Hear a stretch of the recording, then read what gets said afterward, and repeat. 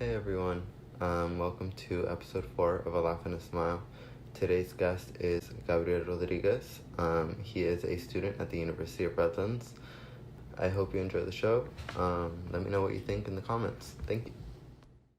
Good morning. My name is Gabriel Rodriguez. I'm a third-year theater business major and double minor in Latin American studies and race and ethnic studies at the University of Redlands. I also run a nonprofit called the DTI, the Diverse Theater Initiative, hoping to spread no-cost, diverse artistic learning opportunities to students all across the country. And what else do I do? Oh, I also host my own podcast, On the Road to Joy and Freedom, where I get to talk with artists like our host Carmelo Barrera Cruz of color and talk about their work on the American platform, the American stage, if you will. Sounds pretty cool. Do you want to talk more about your podcast? Sure. So, On the Road to Joy and Freedom was kind of brought out because I was looking for, in quarantine, I was looking for a show to listen to. I'm like, all right, you know what? I listen to politics. I listen to random YouTube videos.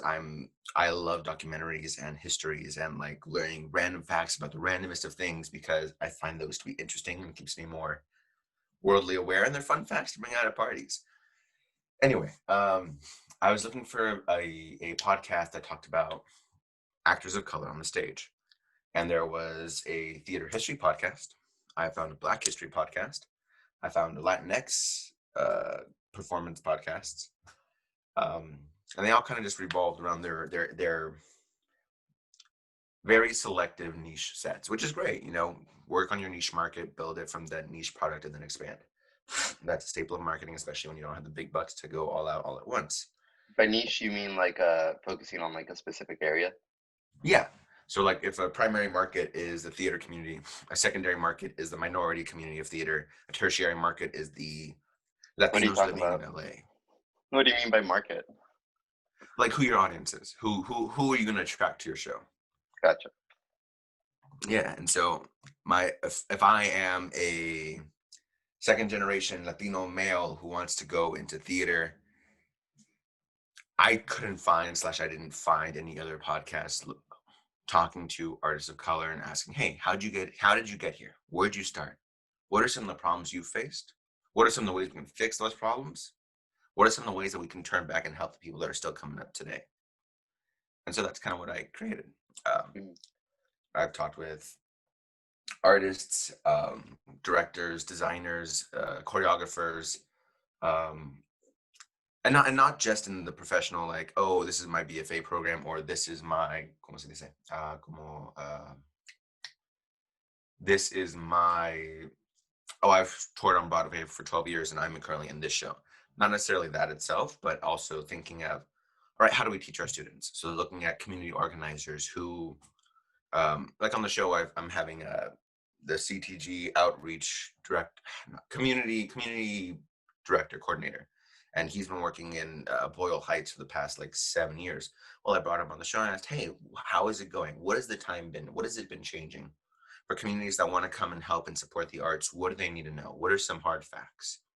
What are some of the problems of other companies or other nonprofits or social groups that are like, oh yeah, we're going to come in, we're going to give you all these services for 3 months, and then our funding is going to end, and then we're going to leave. How do we kind of overcome the basic issues that a lot of people don't think about? Yeah. Like thinking, getting artists. Like one of the main problems with getting artists onto the stage, especially artists of color, is that we don't know that we belong there. As a Latino kid growing up, sure, I went to go see theater because of my school. I was very lucky and fortunate to have those programs in place. I had theater in the school itself at middle school and high school. And I distinctly remember not seeing people of color on that stage, unless we went to go see Aida, which people of color have to be there, else it's very much cultural appropriation, and there's a whole hullabaloo of other stuff that go with that. But And you grew up in San Mateo, right? I grew up in Redwood City, which is about Redwood City. Okay, gotcha. 15-20 minutes south of San Mateo. Mm-hmm. Yeah, I'm from San Jose, so like similar Yeah. places. Yeah. No, yeah, but I grew up in Redwood City, and my family's all Mexican. My grandparents are little Michoacan. I mean, I know my culture, and I'm very embracive of it. Like, Go down to Mexico, I have my huaraches, my guayaberas, my belts. They'll all have like the intricate like Aztec and symbolic designs. Like Yeah. I fucking love my culture. I also know that I'm not represented on that American stage, on that bigger platform. I'm not showcased. My people, my stories are put in the magazines, the blogs, the books. Mm-hmm. And so I wanted to change that. That's what the podcast is about. That's what the DTI is about, you know? Yeah. I mean, it's a similar thing with what I'm trying to do with my podcast, with like just like talking to different people about like their projects and like kind of like how they got there and how we can fix issues um that are already there. Um, Talk to me more about the DTI, the nonprofit. Sure. I'm So curious. the Diverse Theater Initiative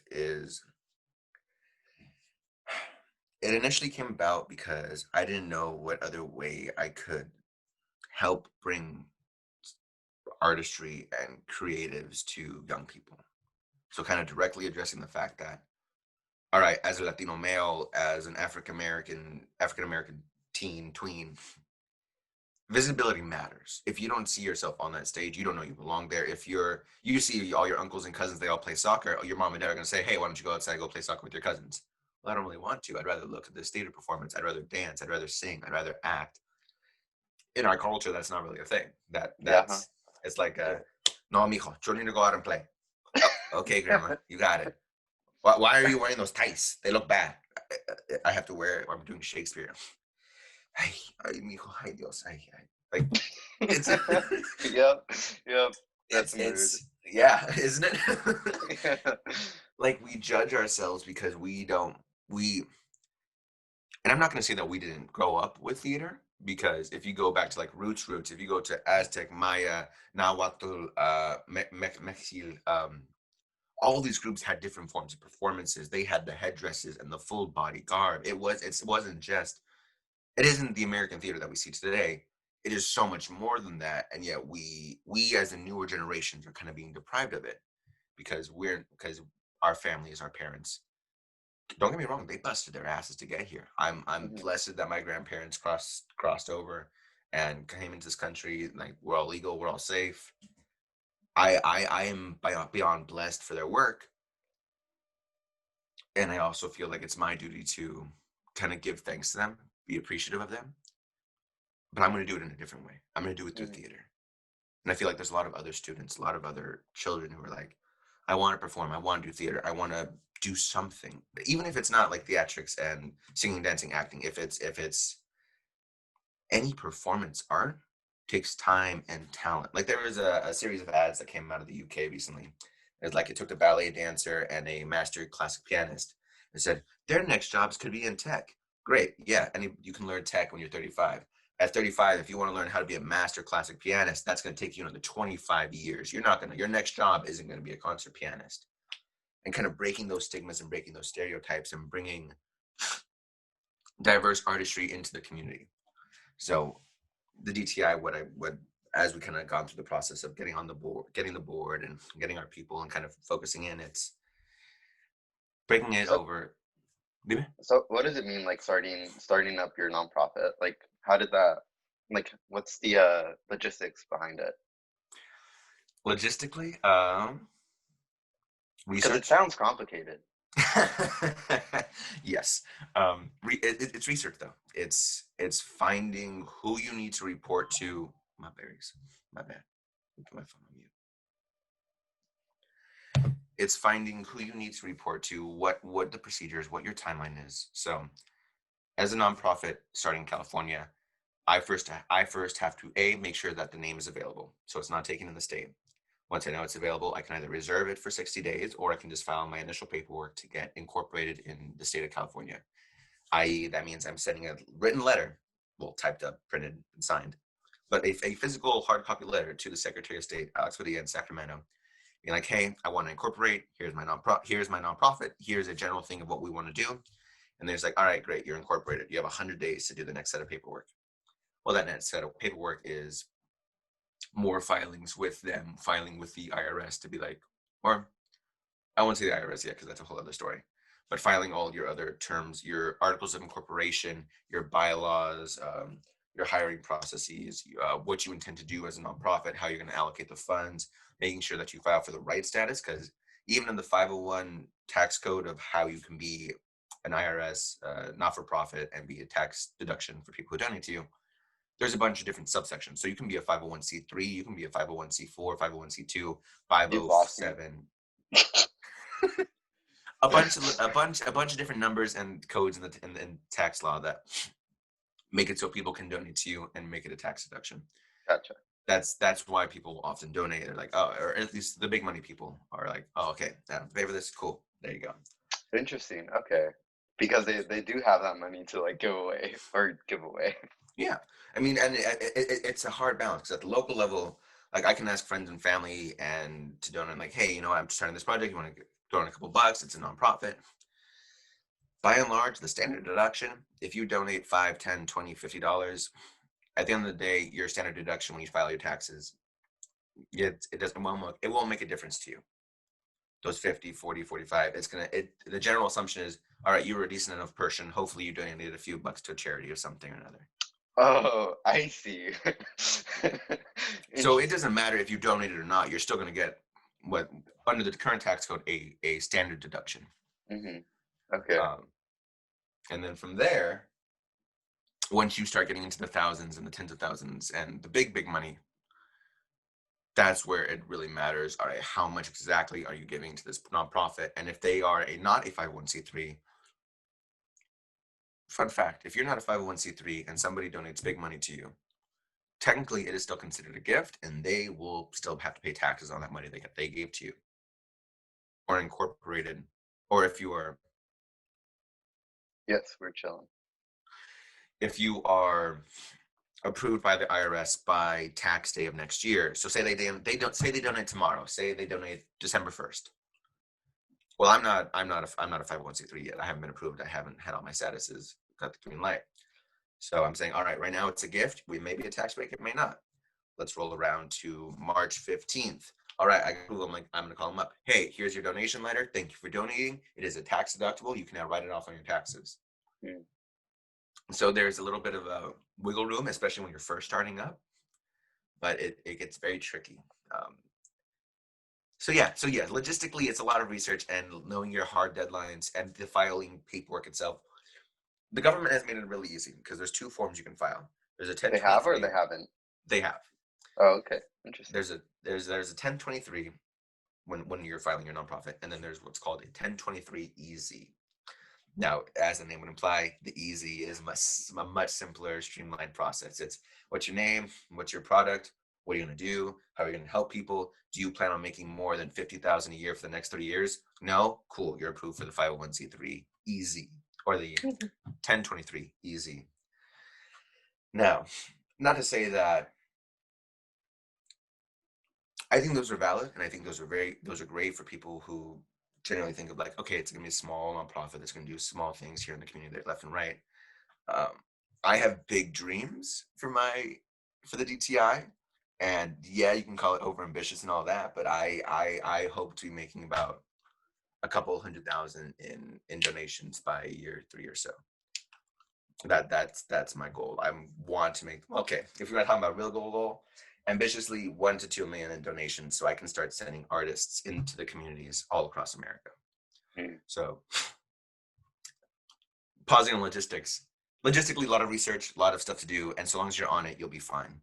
Right. And there's a bunch of free courses, and I even found one that was like, it was $35, but they gave me all the basic paperwork to figure out X, Y, and Z. They gave me a sample letter of, okay, here's what your articles of incorporation look like. Here's what your bylaws look like. Here's what your board announcements look like. Here's a donation letter template, all of these. So you just plug in your numbers and go.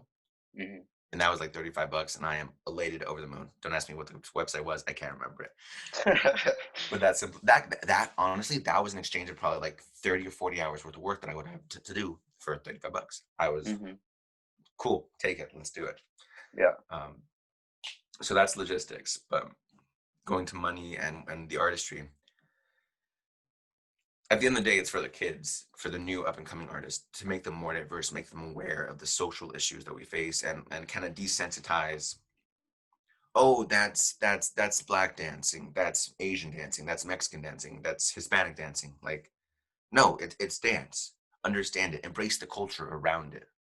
Yeah, To like me, learn about the culture and yeah, like exactly. educate yourself too, but also do it into practice. Exactly. Like, to me, cultural appropriation only happens when you do something just for the hell of it and not understand where it came from. Right.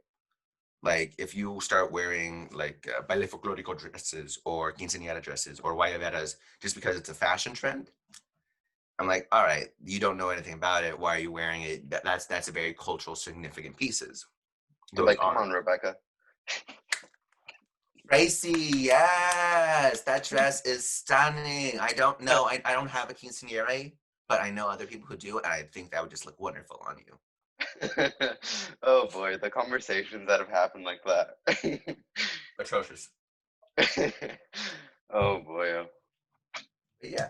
Um,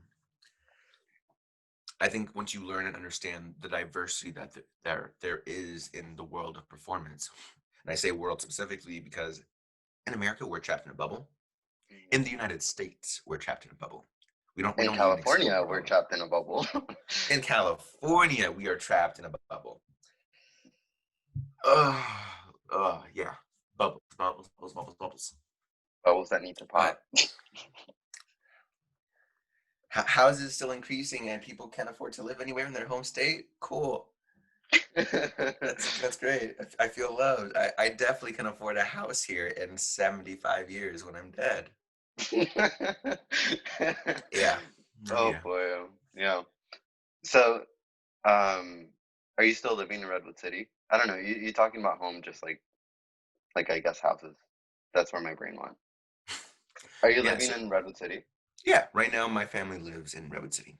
Hmm. Um, we, I say we, no, my mom and my aunt got their house when the housing market crashed the first time. And they underbid and they kind of scavenged up whatever they had and they bought the house and the bank approved it. And so we've been living here since then. I mean, I moved in the fourth grade, fifth, fourth grade. I think it was the fourth grade because I remember math class and my aunt took my pencil and I just about had a mental breakdown because I was in a cold ass dark room. There was a space heater in the kitchen. I was in the living room like I can't do my homework. I can't see shit. I'm on cold hardwood floor. Why am I? What are Why? you? I didn't have dinner. You took my pencil. What am I supposed to do? And she never gave me that pencil back, mind you. So I couldn't even finish my homework. That's The okay. heartbreak. I was a good student. I excelled at math, and that's the other crazy part. I excelled at STEM and math and the sciences. I just found it boring as shit. I did too. Yeah, I feel that. So it's like my mom was over, or my not even my mom. My grandpa's like, "Oh, you don't want to do anything in sciences? You know, there's a lot of money in engineering." I'm like, yeah, there is a lot of money. It doesn't interest me. Like I'll share a little bit of my high school experience. I had pretty trash grades. My best semester was the second semester of my senior year. I got a weighted 4.0. Mm. Weighted. I'll put that classification in there. My best semester, my second best semester was the first semester of my freshman year. After that, I was taking classes that did not interest me. Like I don't particularly care about the subjects. I'm like, all right, I'm gonna try. You know the whole C's get degrees. I wasn't one of those. I was like, all right, I got to keep my B's. All right, B, B, B. All right, let's move on to the next class. Let's go. And I took honors and I took APs and it wasn't until senior year where I was taking AP Spanish and AP Gov and I was taking drama and I was taking AP Lit and I was taking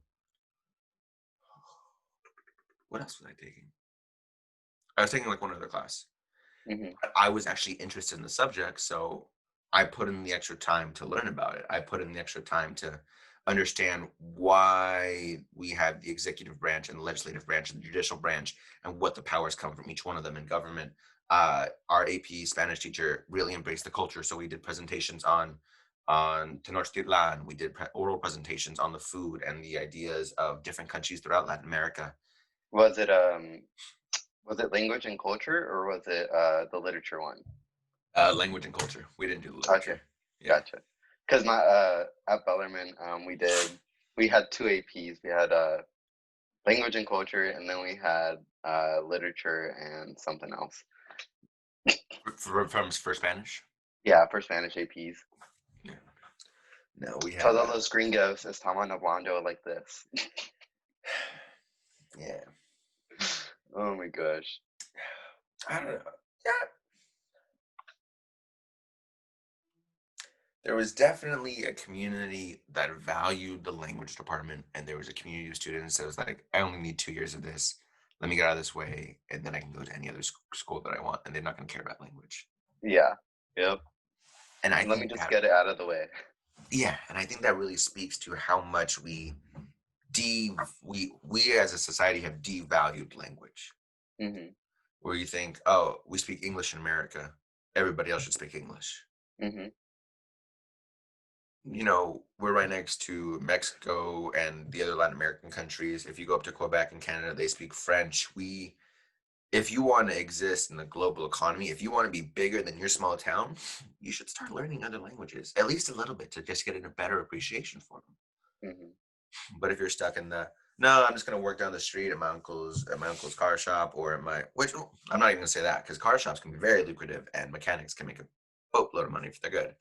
But And I don't cars know. are very fascinating for some people. So, like, I mean, like, if they want to go for it, go for it. Oh yeah, oh yeah. Oh, if we want to talk about skills and trades, I also think that the value of going to a trade school or the value of mastering a craft, nobody cares about in America anymore. Like if you're a master carpenter, master electrician, engineer, like you will make big money. I would say it's almost as valuable as getting a doctorate in medicine. Because then if you're going to be a doctor in medicine, you're going to not start working until like 32. That's loads of facts. You are going to accumulate an exorbitant amount in debt. When you pay that off, when does your wealth start accumulating? Somewhere when you're 35, you're probably a millionaire by like 47, 48, latter end of your career. Now, if you get out of high school and you join your apprenticeship, you're going to learn how to be a plumber. You're going to work with the union. All right, you know your base. You start learning your skills. By the time you're 20, you have really full grasp of everything. By the time you're 22, you're in the union. You've made friends. You know colleagues. You know the best business practices. By 23, you're starting your own plumbing business. So sure, you have your extra taxes and fees that you need to pay now that you're a business, but you're going to start hiring on other plumbers to help you do your job. You're going to offer that superior customer service as an individual. By the time you're 28, 29, you've accumulated so much of a community that loves your product, that loves your service. You're already making six figures. So there's wealth in trades and in skills and in things that humans don't think about. Humans in America or just humans? Humans in the United States. Okay, gotcha. Yeah. Humans in general, not quite. Humans in the United States, definitely. I feel like we have to like narrow it down now because like I don't know, just the U.S. is just so different from any other country that we have to like be specific to the U.S. society. It's crazy. Yeah. Not even from other countries, from state to state, from county to county. Yeah. Yeah, that's very true. There's a lot of, I would say, misteachings going on. Mm-hmm. We don't value skills. We don't value trades. We don't value language. We don't even value the like the brain. It's I don't know. I guess like the creativeness of the brain, because I think a lot of high schools and middle schools are just so focused on STEM and like you're gonna do business, you're gonna do doctor, you're gonna I don't know, you're gonna be like one of these big things that like make a bunch of money, but like is it really like people stop thinking about like what do you really want? Like what will make you happy? And I don't know. I think that's what you're trying to I feel like that's one of your goals with your projects. Yeah, it's trying to break up that institutionalized. Oh, that's the hard part, because STEM is that new shiny coin. It's the new great thing. All your donors, all your alma mater, all the donors want to donate to their alma mater. Oh, we're gonna fund a new science lab. It's gonna cost $100 million. Cool, we raised that in 3 months. We want to renovate the theater. It's gonna cost 20 grand. Oh, the arts, carpeting, new seats. I don't know. It takes 2 years to get that money. Mm-hmm. Like I mean, yep. everyone's getting their money from STEM right now, especially here in the Bay Area or in California. Um, a lot of pharmaceutical companies are here, literally San Carlos, Palo Alto. We're not even going to talk about Silicon Valley. That's its own separate hubbub. But there's so much money in STEM locally that's all the only thing they want to fund. And it stays locally, like it doesn't branch out to other parts of the country or even the state. And that's the sucky part too. Like, okay, not that I, it's kind of like it's a pay to play kind of thing. I'm gonna pay an exorbitantly priced house here in the Bay Area so that I know my kid goes to one of these high schools, or I'm gonna pay for a private high school education. That way, in my mind, it's gonna satisfy that they're gonna get the best of the best education that they won't get at public schools, and that from there they're gonna go to the best private college because that's where they're gonna get the most diverse learning. And all it is funneling them tighter and tighter and tighter, and they're thinking of this is the method for success. This is where my son or daughter or child are gonna go. You know, yeah, that just actually resonates a lot with me because that's actually what happened to me. Um, like I went from a middle school in fifth grade, not a middle school, um, public public school, fifth grade. They were like, "Hey, why don't you send your your kid to this private Catholic school, which is mainly Latino, and it's like they have connections to the private high schools, the private institutions that have like the better education to like send you to college." And so I went to this middle school called Sacred Heart Nativity School, and I Mm. graduated from there. And I went to Bellarmine. Everyone around me was white, but like, Yep. yeah, everyone had money. Like, everyone just had a completely different life than I did. Um, and I felt out of place. And then uh, I did get into Redlands. I got into a few like private colleges, and I don't know, it just coming here was almost like a direct transfer from high school to a continuation of high school, just because I also felt out of place here, like being surrounded by so many white people and like so many like the rich kids like who don't know their privilege either. Um, We're paying and full it's price at this institution. hmm and it's like I don't know, that funneling it challenges me as a person and like my identity um because it makes me think that I'm working to be like a successful white person because that's what we see as successful in America. It's going to be a white male, but clearly we're not that. We're not in control of that. So like, of course, the odds are stacked against us. Um, I don't We're know. taught to put ourselves in positions in institutions that were not made for people like us. Hmm. You all right, you need to be white, preferably like 5'10", good looking, handsome, you got to have some wealth coming in. And Some as long as you abs. have all five of those and abs, as long as you have all six of those, you're gonna go straight through life. Everything's gonna be easy for you. We're gonna get you the office job, we're gonna get you promotion in 2 years. Make sure you go to a college, that way we can say like, oh, the degree is what you deserve for it. And not to devalue people who worked hard for where they are. By all means, no. But I'm not trying to devalue that. Hard work is still hard work, and that's great. But there's also a lot of people who don't work hard, and it's like, oh, you already have money. Okay, let's sprinkle the money over here, and over here, and over here. We'll use it for good. Oh, Jesus. Yeah, yeah, yeah. And I think I had a slightly different experience than you for middle school to high school. I went to North Star here in Redwood City, and it was kind of like a charter school. Like if you're a little bit advanced learning, if you kind of you were learning at a faster pace than the regular public schools. You're like, all right, you tested in, and if so long as you passed X amount of tests and you were in this percentile, then you're thrown into a lottery as to get picked for the campus. And Mhm. so I was one. My class was like 90 or so people, 90 something, 97, 90 or something people. And we went through all of our classes. We had STEM, we had math, we had English, literature, but we had an extra hour at the end of every day that we called an enrichment program. And that's where every teacher at the campus got to teach something that they wanted. It could have been board games, it could have been dancing from around the world, it could have been newspaper, it could have been, if you were in the show, either the Fall Shakespeare or the Street Musical, you would have gone to your rehearsal for the day. And every day it was something a little bit different, but it opened your minds to, okay, sure, we have the regular school setting, but we also have our creative expression. We can also be model builders and figurine creators and happiness and build our happiness, have our hobbies. Kind of going directly to that, I think what your podcast is about, kind of finding happiness, finding joy in everyday life. People say find your passion and find a way to make money from it. I don't personally think that's the best way. I think find something you're passionate about. Find how you can make it a hobby. Now find a way to make money that you're really good at. The easy way for you to make money. Preferably not a drug dealer, but I'm not gonna judge. Find your easy way to make money. Work a 9 to 5, work your day job, work the night shifts, work whatever you want to be happy with your financial economic level.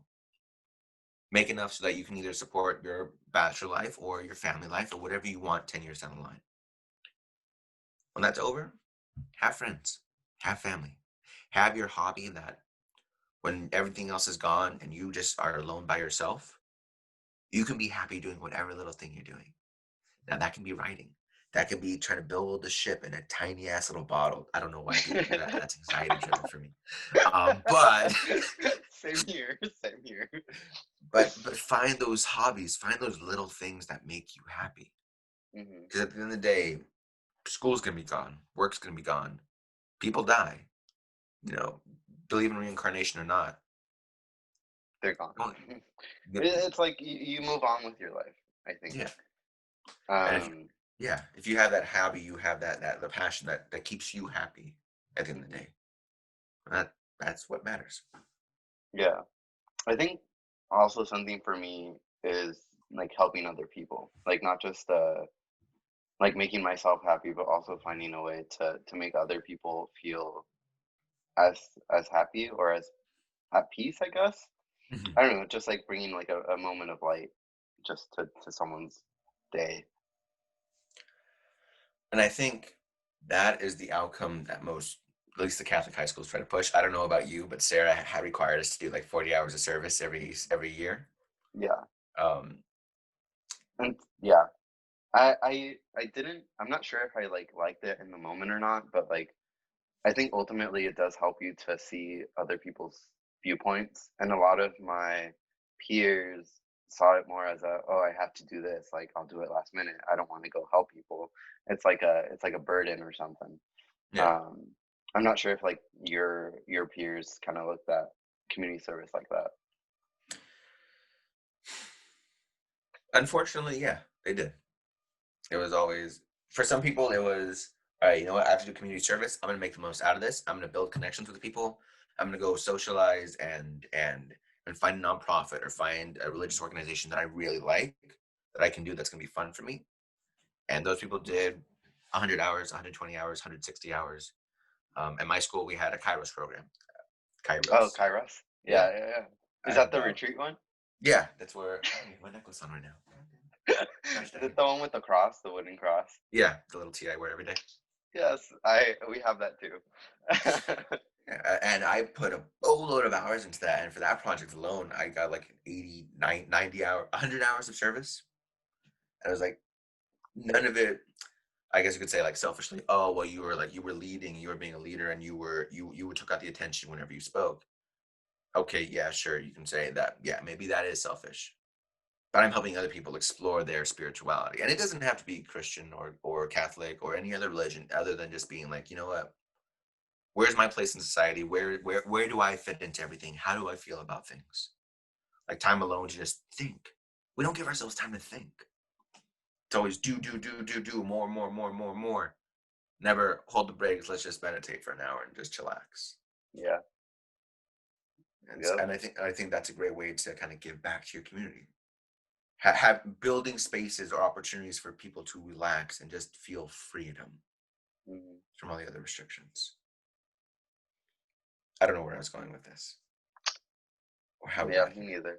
Well, I don't know. Me neither.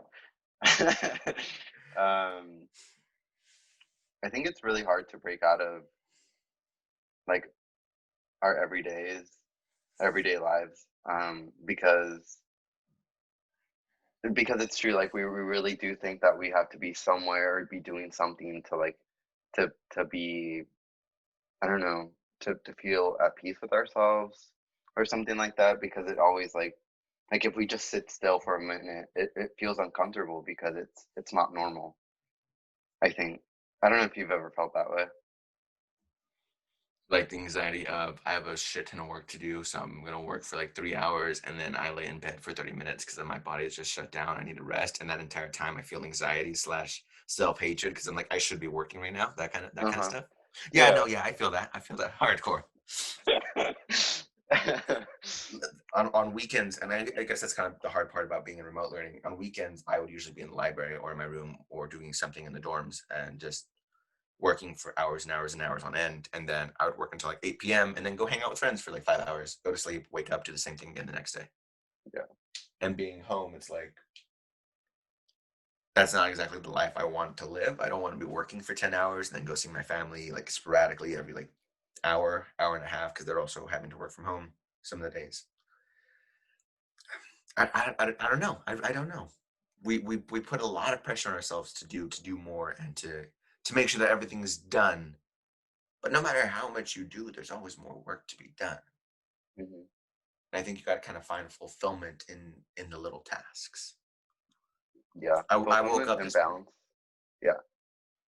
I was just gonna say balance too, just because like there's taking care of like your personal health, like mental health too, and then like everything else outside of that can take priority after you prioritize yourself. But because I think that's something that we don't do, we don't prioritize like our well-being, our mental health.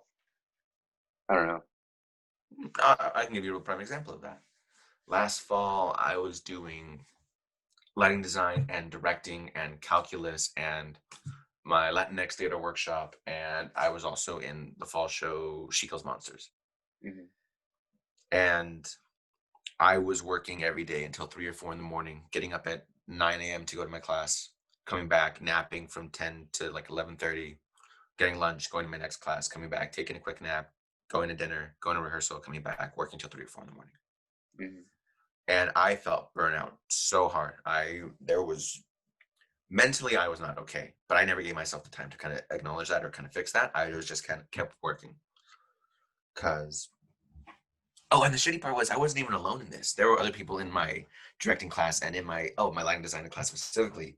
I was surrounded by other people who were in my same boat. We all had to work until 3 or 4 in the morning to get a project done. And, maybe you can say, oh, that's college, staying up late, doing all these things. Oh, fuck, that should not be college. The college experience should not be working until you die, going and hang out with friends for 2 hours, and then continuing to work until you die. And we were in tech week for the show. So the show was set to open to a private audience on Thursday. So Wednesday was our last night of kind of like our just self-rehearsal. I was doing something or another. I walked up to our lighting booth and I was coming down our spiral staircase, and all of a sudden, bonk, I hit my head on the stair above me. And I just fell, and I saw like 3 versions of a painting that was on the wall. And I knew there was only one of them. Um, but I went dizzy. The public safety got called. Ambulance came to check me out. They're like, well, you don't look concussed. I don't know what the fuck concussed looks like, but we'd recommend you not go to sleep for like an hour and just kind of not push yourself too hard. I'm like, I have rehearsal in 2 hours. Uh, we're about to run a full show with makeup and costumes. Meanwhile, my director comes over like 45 minutes later. They're like, hey, take the night off, go home, rest, make sure you're not concussed, come back tomorrow ready to go. And I was like, This was cool. Stell, right? Yeah, this was Stell. Yeah. Amazing director, amazing person to be with. They are currently at NYU for the musical education program. They genuinely good spirited, good soul who wants to help other people through music and through the arts. But yeah, I went back home to my dorm that night and I just kind of did homework, relaxed, talked to my girlfriend for 3 or 4 hours. I wanted to go to sleep as soon as I hit my bed. She's like, no, you have to stay up because if you go to sleep and you're concussed, you're going to die. I'm like, I don't think that's how it works. No, but something bad's going to happen. Like, oh, okay. So I Si stay tú up. dices. Si lo dices, okay, my friend. 10 o'clock, 11 o'clock rolls around and like, okay, well now I'm awake and I might as well just do some other work. And so I worked for like another hour or two and I still went to bed at midnight, which is earlier than I had at any point that week. I went to sleep. I woke up feeling refreshed. And I kind of came to the conclusion that at no point is doing all this work and all this artistic freedom, at no point does that matter if I'm going to suffer, if I'm going to feel pain, if I'm going to hate myself for it. I was like, and it's a mentality that I kind of come in and out of from time to time whenever I need to. Kind of the proverbial F it, flop it, forget about it, fuck it. Like, I'm going to do my best, and if nothing comes from it, nothing comes from it. But I'm just going to say that at least I tried. I showed up to my calculus exam, took it, A, cool, I did my best. Went to directing, talked to my actors, this is what I want, can we do it? Cool, I did my best. Went to lighting design, went to class, worked with my team, did I do my best? Great. I went to the shows, and I was reinvigorated to do everything that I wanted to do. I'm like, it doesn't matter what the grades are, because I was pushing myself to keep my straight A's. And mind you, that's the first time in my life that I've been holding straight A's. Well, I came to Redlands and I was holding straight A's. I'm not going to say that the Redlands education is easier or anything, but it allowed me to kind of take classes that I really wanted to take, so I felt more invigorated to learn about them. Anyways, I found that newfound energy of like, you know what? I'm doing what I want because I want to do it, and I loved every night that I performed that show. I loved every night that I was in costume, in makeup, performing for the audience, hearing the laughs, hearing everything else. I could have done the show another 2 or 3 weekends. I had a new reinvigoration to perform with the words. Because up until that point, I just felt dissonant. And it was a feeling that I'd never felt for any other theatrical performance that I'd ever done before. I would say the words, and I could act like I meant them, and I could put on my performance, and it would look real and genuine like I usually do. But inside, I didn't feel it. I felt bland. I felt kind of, the gears weren't working the way they should have been. And I was just putting up what I knew ultimately was going to be a shitty performance. But taking that time to be like, no, enjoy it. Enjoy the little moments. So it took almost getting long story short, it took almost getting a concussion for me to realize that life isn't too important, that I can't take care of myself and actually do what I want to do. And from that point forward, I did everything I wanted to do. Yeah. Mind you, it left me with a bunch of mental scarring that I had to go through, like counseling spring semester, to really deal with everything. Because I bottled it all up in different ways that I'd never done before, manifested it in stress and migraines and insomnia and anxieties. And I'd call them, quote, funks, but it's like depressive episodes where I would just be unmotivated to do everything. And it took a couple sessions of like talking to somebody else and kind of talking out my emotions and my feelings and letting myself feel. I didn't even feel it then. One thing I left my counseling with was I have to give myself permission to feel. Because usually I'll say, oh, I can just be happy. I'll throw in a smile and I'll walk through my day and I'll forget about the emotions. Not bottle them up, not keep them, not deal with them. But sit down, address them, and be okay with being sad.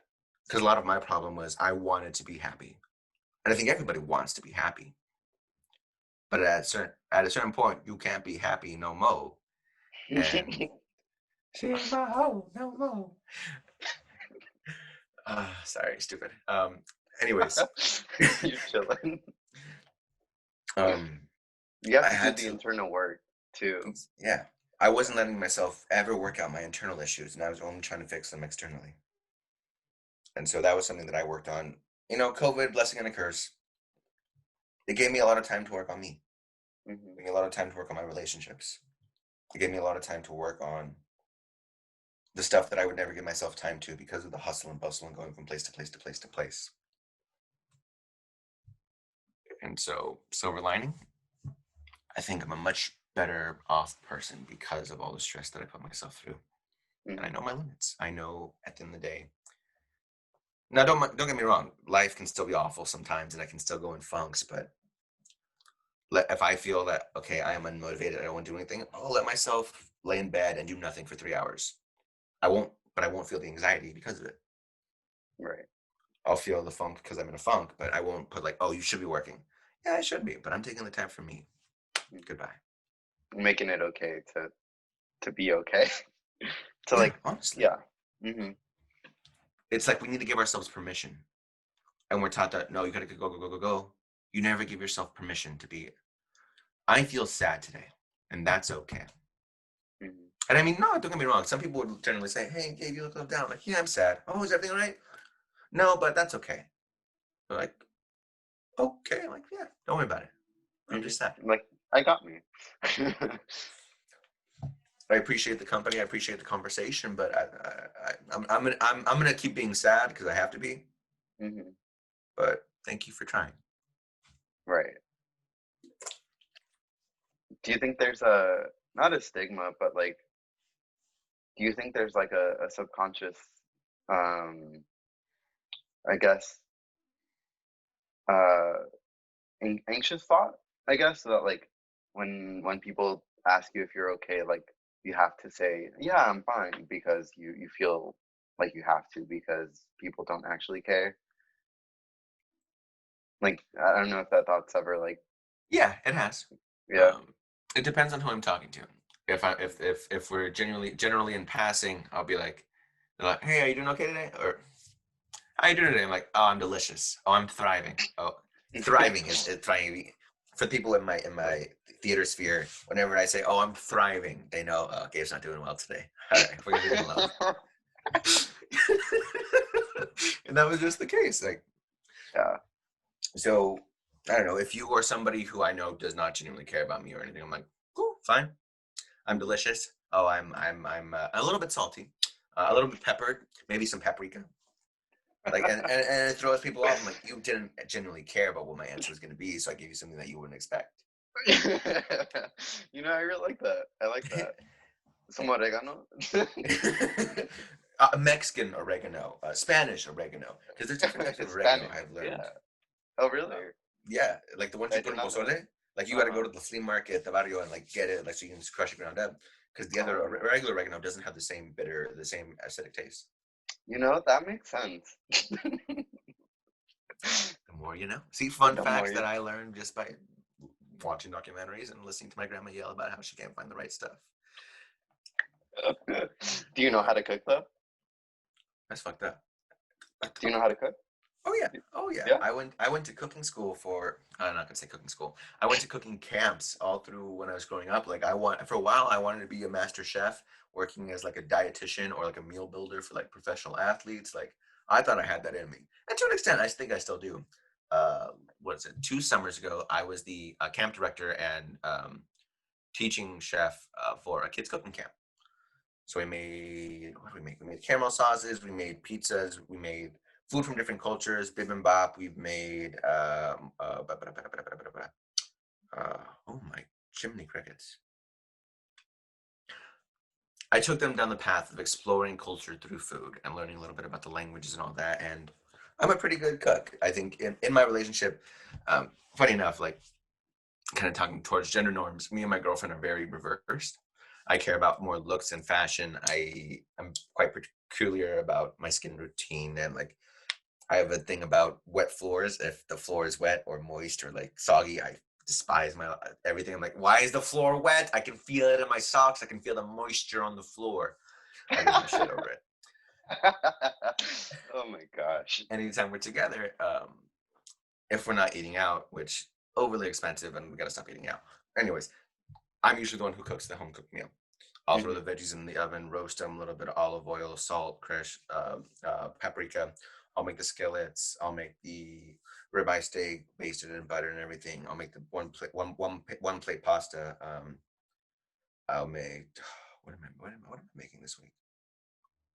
Oh, even at home, I cook like a meal a day. I pick up my sister, and we hang out for a day. And my cooking days are Mondays and either Thursday, Friday, or Saturday. I'll cook one of those 3 and Mondays. So I'll make the pastas, I'll grill the shrimp, I'll grill in the backyard, charcoal and gasoline. Yeah. I am a genuinely good cook. That is one thing even at Redlands that I try to do at least once a week. Because it's a time where nobody would bother me and I could just be even on the really, really crappy stoves that they provide in the basements of all the buildings. Yep. It was relaxing for me. It was a time where I could be at peace by myself. So yes, I do know how to cook. Just wondering because of the oregano. I've been meaning, or not meaning, I've been slowly exploring my like own like cooking. Like because I would always watch my mom cook, like chilaquiles or lo que sea, and I would just be like, that looks easy. And then you do it, and you're like, nope, I that's have not no how you idea do what I'm doing. it. Yep. I mean, if you want to talk about cooking and spreading like that love of cooking, and there's so much culture and knowledge that comes from food. Mm-hmm. One thing that I was going to do last spring, it was called Celebrando Fornes, and that was kind of like the first beginnings of the DTI, of putting on cultural celebrations, of Celebrating what? showcasing cultural celebrations. No. Celebrate. What was the title of it? Oh, Celebrando Fornes, celebrating Fornes. What's porno? Fornes. So the artist's name is Maria Irene Fornes. She was a Cuban American lesbian feminist immigrant who completely changed up and led the avant-garde movement of theater in the 60s, 70s. She's won multiple Obies and other awards for her plays, but she is very highly not recognized. Most of the showcasing has gone to the other white men that were with her at the time, that they all worked together and did the art together. But she was never really focused. Like, oh, look at her. Like, unless you know about her and have read her works, you don't know anything about her. She's not in history books. She's not in the textbook. She's not in course readings typically. Unless you have a diverse professor who's like, oh, I've read her, I know about her, I'm going to teach you about her, which is what I had for my independent study. But anyways, going back to food, part of Celebrando Fornes, one of the nights was tortilla making. Now, Cubanos don't typically make tortillas in the regular way. It's more like a patata con huevo y otras cosas. But I learned from my grandma over the summer or over winter break, like, hey, how do I make tortillas? It's like, all right, you put this much maseca. How much is that? You just got to feel it. Okay. And then you put this much water. How much is that? Until you get the consistency where you can touch it and it feels like the palm of your hand. Yeah. Yeah. Like, I'm like, okay, so no direct. Well, they have like the ratios on the back of the bag, mijo, but you just got to feel it. I'm like, cool. All right. I'm used to cooking, so I can like, all right, I know how to feel it out. And it's pretty good. We roll them up. We put them in the tortilla press. Throw them on the comal. All right, you gotta wait to flip them. And we spent like half hour just making fresh tortillas. Yeah. Like, and we put a queso fresco, delicious. And that was something that I wanted to do for Celebrando Fornes, to be like, look, let me engage you as the audience in a way that you've never made fresh. Let me ask you this. And it's fun. Carmelo. It's yeah. Have you ever made fresh tortillas? Yeah. Really? I remember as a kid we would make my mom would give us like balls of masa, and we would just play with it like it was Play-Doh. And then she would be like, okay, put it on the comal, and we'd be like, all right. And then we'd like flatten it down, and then we'd just make a sope out of it, or like a what's it called? It's not a sope, it's I forgot what the name is. Flautas. It's like a okay, my aunt calls it a Mexican pizza because it's nomás es crema and queso on top of it, but it's like tostada? kind of, but it's still like the masa. It's not like super crunchy. I forgot what it's called. Oh, a memela. A mamela? That's I think we have a different name for it, but it's just like the tortilla. Then you put a little bit of sour cream, and you put like queso fresco or queso Oaxaca. Yeah, similar thing. And then there's so many things you can do with food, and yet people don't really explore it. Or even for the at-home cooks who don't know what they're doing, put masa, tap it back and forth, lay it on the comal, flip it over, cook it, put a piece of queso fresco, go inside, sit down, and hope you enjoy the show. Like, that's what we're gonna do. It was literally, you're gonna watch it. You're gonna cook your tortilla. You're gonna have a taco con queso, and you were gonna go sit inside and watch a documentary about her life. Yeah, that'd be a really good activity. And it was awesome to go until COVID hit. Yeah, you could do it over Zoom. It's not the same though. Not the same. And I guess that's kind of my issue. Like, all right, I want to make theater. I don't love the Zoom platform for what I want to kind of make of it, but in terms of like having discussions and doing podcasts and doing interviews like these, like, you can learn so much just by talking to other people. Yeah, and I think that's what I'm comfortable doing remotely. Yeah, I agree. Yeah. All right. So that is all the time we have for today. At least I do at least for this episode. It was really good talking to you and good learning from you. You know a lot. where can people find you? People can find me at thedti.org. That's the head page of the nonprofit. You can send us an email. I'm pretty much running everything. It's one man band over here. Yeah, you can also find me at GABE_Bay on Instagram. Like us on Facebook at the DTI_CA or Instagram, the DTI_CA, because the DTI was already taken. Fun facts. Yeah. But yeah, listen to the shows, support the program. We'll have news when more stuff happens. All right, sounds good. All right, I'll talk to you later, Gabe. Thanks, Carmelo. All See right, you later. bye. Thank you. All right, and that concludes episode 4 of A Laugh and a Smile. There will be more information about the podcast on my Instagram. My Instagram is Cargello. It's spelled CARJELLOO. And thank you everyone for listening. Don't forget to like and subscribe. Share this with your friends if you'd like. Yeah.